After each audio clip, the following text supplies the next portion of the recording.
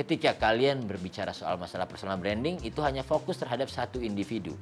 Tapi ketika kalian berbicara soal corporate branding, ini adalah a whole.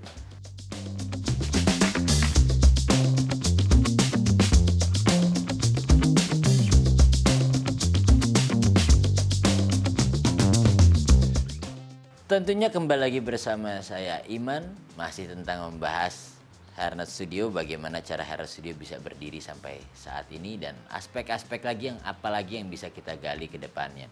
Sebelumnya di atas sudah saya singgung tadi barusan terkait mengenai masalah 4P. Apa sih 4P itu? Price, nomor 1, nomor 2 adalah place, nomor 3 adalah product, dan nomor 4 adalah promotion itu sendiri. Jadi saya akan bahas satu persatu dulu terkait 4P. Yang pertama tentunya place. Kenapa place?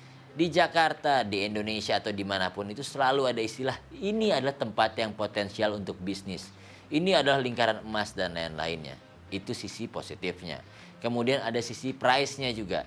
Harga yang bagus pasti orang-orang bakal mau dan lain-lainnya untuk membeli produk kita. Akhirnya di situ di sisi positifnya. Dan habis itu kemudian untuk produknya sendiri. Kualitas produk itu juga harus bagus supaya juga ya customernya dan pembelinya nyaman. Yang terakhir adalah promosi. Promosi itu kita selalu lihat sebelumnya TVC, billboard dan lain-lain gitu ya. Kenapa sewanya mahal-mahal? Sebetulnya dalam sebuah bisnis aspek paling mahal memang branding cost. Yang kita bisa sebut adalah ongkos promosi. Kenapa? Karena nantinya akan melibatkan audiens banyak dan situ kita harus tahu insight dan lain-lainnya. Sebelum kita jauh membahas aspek daripada promosi, kita akan membahas aspek dari place tadi. Sebetulnya saya bisa melihat di sini balik ke cerita Hairnet Studio sebelumnya saya buka di rumah. Di mana place-nya itu tidak ideal untuk sebuah tempat potong rambut. Namun daripada aspek place tadi akhirnya saya menyadari di sini saya punya produk yang sangat bagus, kualitas yang sangat bagus. Dan selain kualitas yang sangat bagus, tapi harga saya bisa dikatakan itu kurang kompetitif karena mahal. Dan bagaimana saya cara memitigasi semua itu? Tadi saya sudah menyebutkan untuk masalah harga, kita harus mengenal pasarnya. Nah, di sini ada celah saya yang paling ideal adalah dari segi promosi. Nah, kenapa saya bilang promosi ini harus dibahas lurus? Dari 4P tadi, ingat rumus yang saya berikan sekarang. 4P kalian hanya butuh untuk melakukan 3. Di antara 4 tersebut saya jamin pasti sukses. Dan apa yang dipilih Hairnet Studio setelah saya belajar dari tempat yang sebelumnya tempat saya kurang nyaman, akhirnya saya aspek place saya masukkan. Kemudian aspek apa lagi? Aspek produk saya masukkan dengan kualitas yang sangat tinggi. Yang terakhir adalah aspek promosi di mana kita gencar sekali untuk menjalankan sosial media. Terus apa yang kamu take out? Yang saya take out untuk Hairnet Studio adalah price. Karena bagi saya untuk harga saya sulit untuk bersaing di pasar yang jauh lebih murah. Tapi apakah itu menjadi kegagalan? Tidak. Itulah yang menjadi awal mula sebuah diferensiasi. Kembali lagi ke Hairnet Studio, produk kita berkualitas. Ketika semua pada sibuk waktu itu memamerkan tempat cukurnya, kita sadar hasil potongan kita itu unik. Belum dikenal orang banyak. Disitulah kita sadar melek kamera.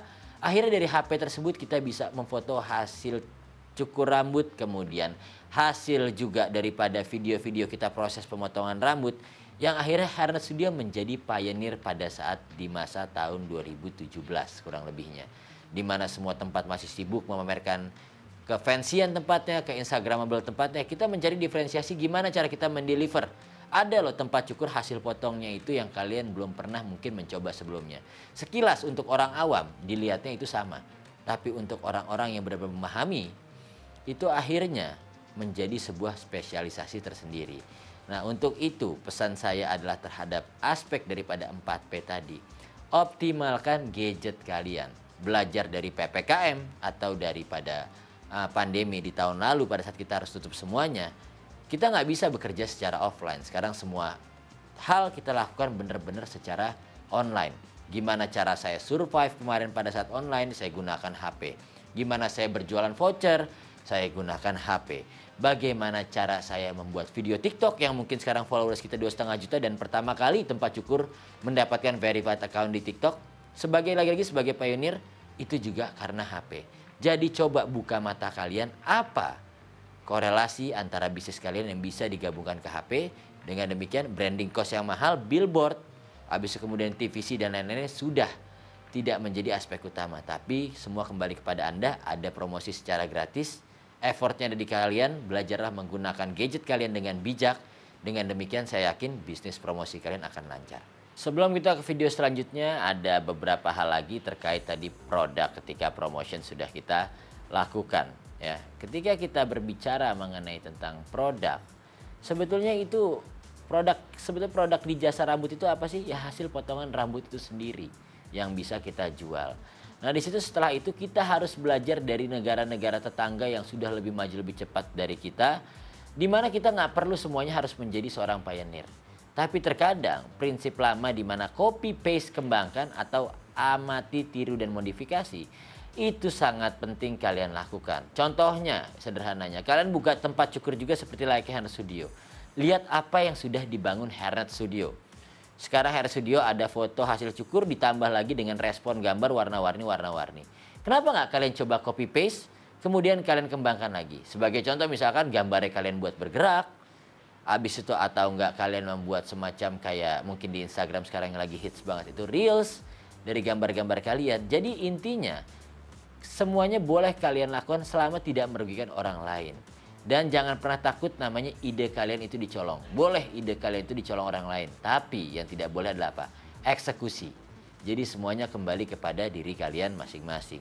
Dan juga ada salah satu cerita mengenai terkait daripada sebuah aspek promosi, edutainment. Apa itu edutainment? Education and entertainment. Jadi nggak semuanya terkait masalah edukasi itu sifatnya formal. Tukang cukur juga harus buat edutainment. Kenapa? Coba deh kalian bayangin. Kalian datang ke tempat potong rambut, pasti yang kalian lakuin ada keluarin gambar dari HP kalian, atau nggak kalian pasti bilang minta rapihin aja atau jangan pendek-pendek. Tapi apakah kalian pernah tahu nama potongan-potongan tadi itu namanya apa? Untungnya di Indonesia sendiri tadi belum pernah mempunyai nama paten untuk setiap potongan rambut. Dan saya belajar untuk aspek copy paste dan kembangkan. Saya melihat di luar negeri itu sudah ada nama-nama baku untuk setiap potongan rambut. Akhirnya itu implementasi yang saya lakukan di Hairnet Studio. Saya copy paste caranya, kemudian kita akhirnya memberikan nama-nama potongan itu sehingga segi edukasinya adalah setiap customer yang kita potong, Mas ingetin ya, kalau besok Mas mau potong di sini lagi, ini nama potongannya. Setiap caption yang kita tulis di sosial media, kita perkenal nama potongannya. Dengan demikian, kita akhirnya membuat social issues, dari itu menjadi konteksnya tidak penting. Oh, jadi ini nama potongannya. Dan disitulah TikTok kita berkembang karena kita memberikan edutainment. Belajar mengenai 4 aspek yang tadi ada 4P, di mana intinya tetap sudah disinggung di awal. Diferensiasi, inovasi, dan juga konsistensi. Nah, di sini ada challenge buat kalian setiap videonya. Diferensiasi seperti apa sih yang akan kamu jalankan atau yang kamu lakukan di bisnis kamu nanti ke depannya? Yuk langsung aja kalian share seperti biasa di kolom komentar. Langsung kutunggu dari sekarang. Di video selanjutnya kita akan membahas tentang menjadi pioneer di media sosial. Dengan memperkuat sisi digital marketing, gak ada yang gak mungkin buat kamu sampai bisa jadi pionir di bidang bisnismu. Siapa bilang cuman konten dari creator individu yang bisa viral?